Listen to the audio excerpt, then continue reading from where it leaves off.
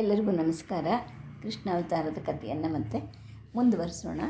ದೃಪದ ರಾಜ ತನ್ನ ಮಗಳು ದ್ರೌಪದಿಯ ಸ್ವಯಂವರಕ್ಕೆ ಕುರುಕುಲಕ್ಕೆ ಆಹ್ವಾನವನ್ನು ಕೊಟ್ಟು ಕಳಿಸಿರ್ತಾನೆ.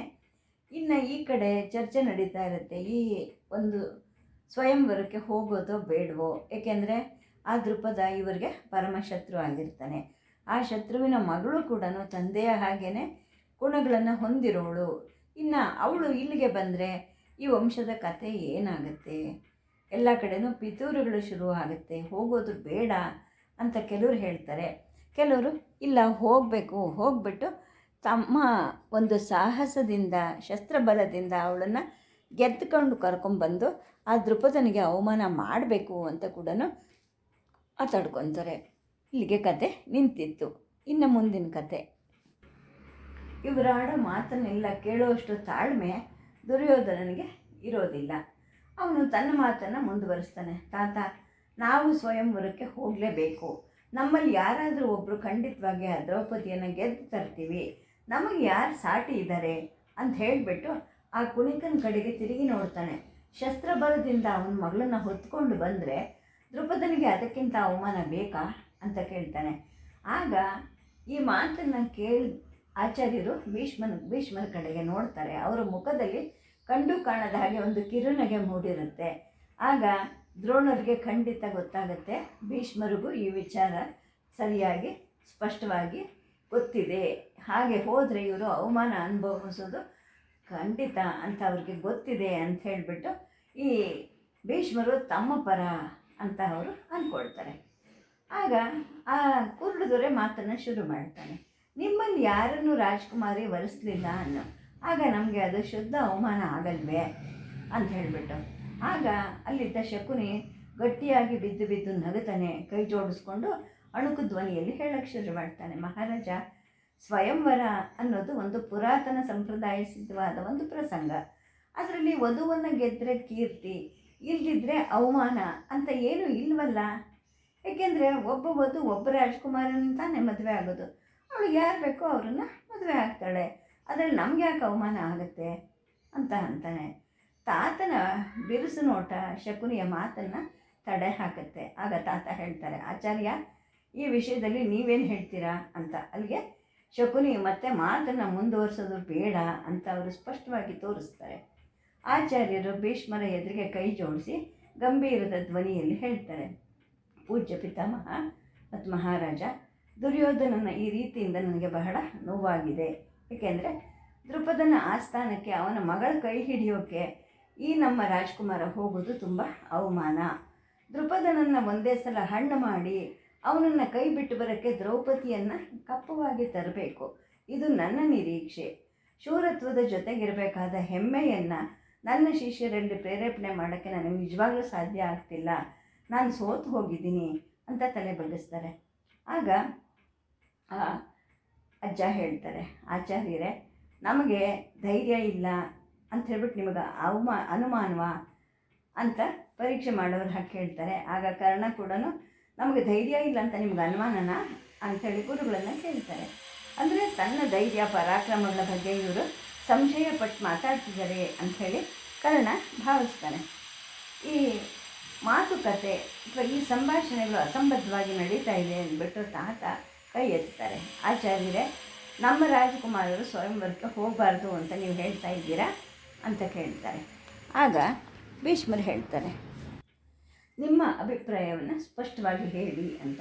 ಆಗ ದ್ರೋಣರು ಶುರು ಮಾಡ್ತಾರೆ, ಪೂಜ್ಯ ಪಿತಾಮಹ, ನಮ್ಮ ರಾಜಕುಮಾರರು ಸ್ವಯಂವರಕ್ಕೆ ಹೋಗೋದು ನನಗೆ ನಿಜವಾಗ್ಲೂ ಇಷ್ಟ ಇಲ್ಲ. ಏಕೆಂದರೆ ಈ ಸ್ವಯಂವರಕ್ಕೆ ಯುವರಾಜನಾದ ದುರ್ಯೋಧನ ಅಥವಾ ಕರ್ಣ, ಕೊನೆಗೆ ನನ್ನ ಮಗ ಅಶ್ವತ್ಥಾಮ ಯಾರೇ ಹೋದರೂ ಕೂಡ ಕುರುಕುಲಕ್ಕೆ ಬರವನ್ನು ಅವರು ತರೋಕ್ಕೆ ಸಾಧ್ಯ ಇಲ್ಲ. ಅವರಲ್ಲಿ ಯಾರು ದ್ರೌಪದಿಯನ್ನು ಗೆದ್ದರೂ ಕೂಡ ಕುರುವಂಶ ಅಂತಃಕಲದಿಂದ ನಾಶ ಆಗಿಬಿಡುತ್ತೆ. ಯಾರು ಅವಳನ್ನು ಗೆಲ್ಲಿಲ್ವೋ ಆಗಲೂ ಕೂಡ ನಮ್ಮ ಗೌರವ ಹಾಳಾಗುತ್ತೆ. ಹೇಗೆ ನೋಡಿದ್ರೂ ಕೂಡ ನಮಗೆ ಶಕ್ತಿ ನಾಶ ಆಗುತ್ತೆ. ಸ್ಪಷ್ಟವಾಗಿ ಹೇಳ್ತಾ ಇದ್ದೀನಿ, ನಾನು ಹೋಗದೇ ಇರೋದು ಒಳ್ಳೆಯದು ಅಂತ ಹೇಳಿಬಿಟ್ಟು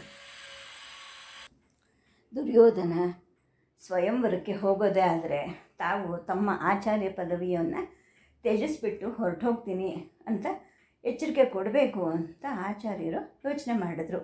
ಇನ್ನೇನು ತಮ್ಮ ನಿರ್ಧಾರವನ್ನು ಅವರು ಹೇಳಬೇಕು ಅಂದ್ಕೊಳ್ಳೋಷ್ಟರಲ್ಲಿ ಅಲ್ಲಿಗೆ ವಿದುರ ಬರ್ತಾನೆ. ಬಂದುಬಿಟ್ಟು ತಾತನ ಕಿವಿನಲ್ಲಿ ಏನೋ ಹೇಳ್ತಾನೆ.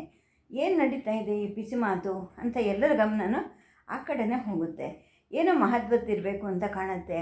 ಇಲ್ಲದೇ ಇದ್ದರೆ ಹೀಗೆ ಹಠಾತ್ತಾಗಿ ಬಂದು ಈ ಗಂಭೀರವಾದ ಸಮಾಲೋಚನೆ ಮಧ್ಯೆ ವಿದುರ ಬರ್ತಿರ್ಲಿಲ್ವಲ್ಲ ಅಂತ ದ್ರೋಣರು ಅಂದ್ಕೊಳ್ತಾರೆ. ಆಚಾರ್ಯರು ತಾತನ ಮುಖವನ್ನೇ ನೋಡ್ತಾ ಇರ್ತಾರೆ. ವಿದುರನ ಮಾತನ್ನು ಕೇಳಿ ತಾತನ ಕಣ್ಣಲ್ಲಿ ಒಂದು ಕುತೂಹಲ ಕಾಣಿಸ್ಕೊಳ್ಳುತ್ತೆ. ಆಮೇಲೆ ಒಂದು ಕ್ಷಣದಲ್ಲೇ ಅವರ ಕಣ್ಣುಗಳು ಕಾಂತಿಯಿಂದ ಬೆಳಗಲಿಕ್ಕೆ ಶುರು ಆಗುತ್ತೆ. ಮಾತುಗಳು ಮುಗಿಯುತ್ತೆ. ಆಗ ತಾತನ ಮುಖದಲ್ಲಿ ಒಂದು ಮಂದಹಾಸ ಸ್ಪಷ್ಟವಾಗಿ ಎದ್ದು ಕಾಣುತ್ತೆ. ವಿದುರ ಮಾತು ಮುಗಿಸ್ತಾನೆ.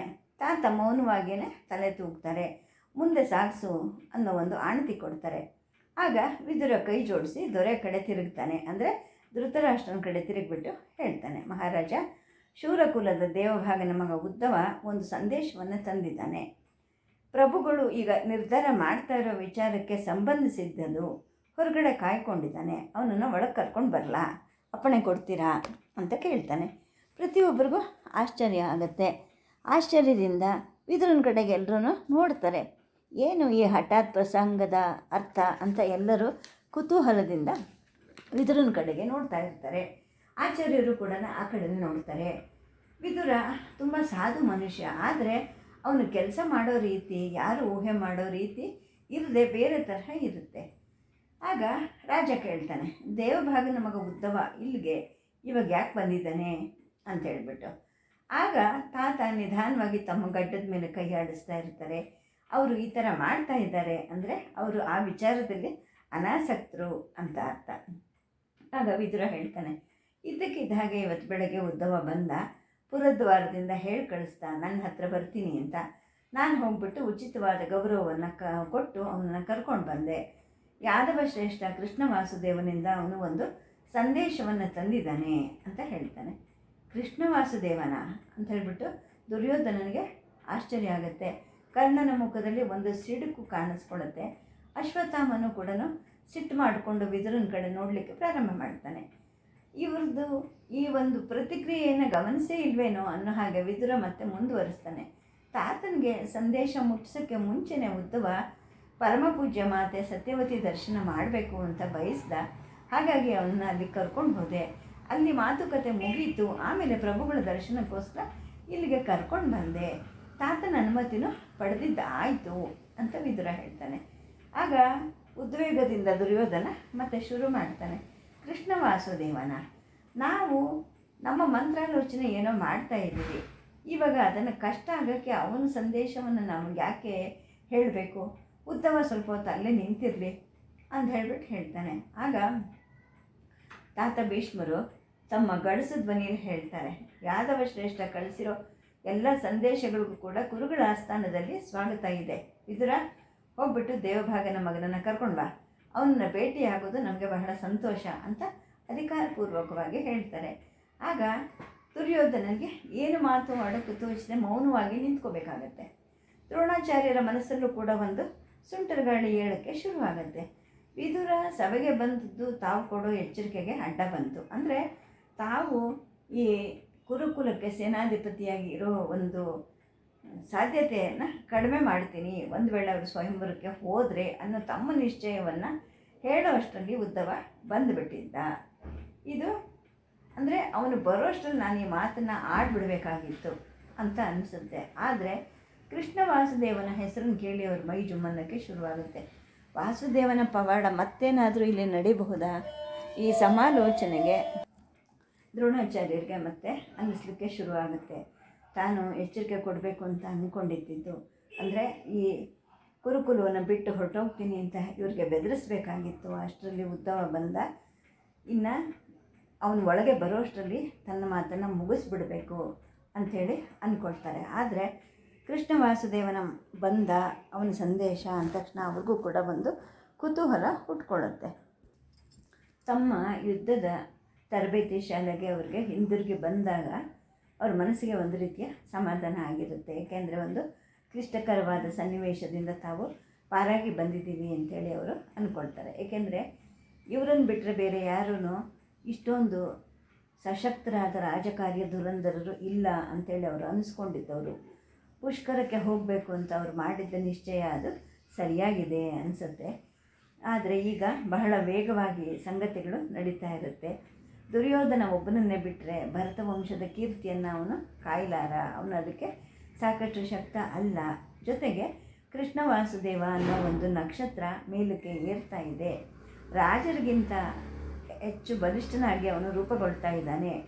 ಆದರೆ ಅದನ್ನು ತಿಳ್ಕೊಳ್ಳೋಕ್ಕೆ ಅವನಿಗೆ ವಿವೇಕದ ಕಣ್ಣು ಇಲ್ಲ. ಆಚಾರ್ಯರಿಗೆ ಒಳೊಳಗೆ ನಗೆ ಬರ್ತಾ ಇರುತ್ತೆ. ನನಗೆ ಈ ಕೃಷ್ಣ ಗೆಳೆತನವನ್ನು ತೋರಿಸಿದ್ದಾನೆ, ಅವನಿಗೆ ಅಲ್ಲ ಅಂಥೇಳಿ ಅವ್ರಿಗೆ ನಗು ಬರ್ತಾ ಇರುತ್ತೆ. ಯುದ್ಧ ಶಾಲೆಯಿಂದ ಆಚಾರ್ಯರು ಮನೆಗೆ ಬರೋ ಹೊತ್ತಿಗೆ ದುರ್ಯೋಧನನ ಹೆಂಡತಿ ರಾಜ್ಕುಮಾರಿ ಭಾನುಮತಿ ಇವ್ರಿಗೋಸ್ಕರ ಕಾಯ್ತಾ ಕೂತಿರ್ತಾಳೆ. ಅವಳ ಮುಖ ಉಬ್ಬಿರುತ್ತೆ, ಕಣ್ಣಲ್ಲಿ ನೀರು ತುಂಬಿಕೊಂಡಿರುತ್ತೆ. ಆ ಗಳಿಗೆನಲ್ಲಿ ಏನೋ ಒಂದು ದುಃಖದ ಕಾರ್ಮೋಡ ಕವಿದು ಅವಳ ಚೆಲುವು ಹೊಸ ರೀತಿಯಾಗಿ ಇಮ್ಮಡಿಯಾಗಿ ಕಾಣ್ತಾ ಇರುತ್ತೆ. ಆಚಾರ್ಯರು ಬರ್ತಾರೆ. ಬಂದ ತಕ್ಷಣ ಅವ್ರ ಕಾಲಿಗೆ ಬೀಳ್ತಾಳೆ.